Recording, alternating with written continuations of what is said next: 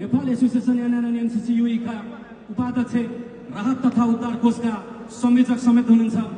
उहाँको भिडियो प्रस्तुतिको लागि भिडियो रेडी गरेर लाइट अफ गरेर यो भिडियो स्क्रिनमा देखाइदिनको लागि र सँगै सभापति आजका सभापति भीममल्ल ठक्करज्यूलाई स्टेजमा आइदिनको लागि म हार्दिक विनम्र गर्न चाहन्छु।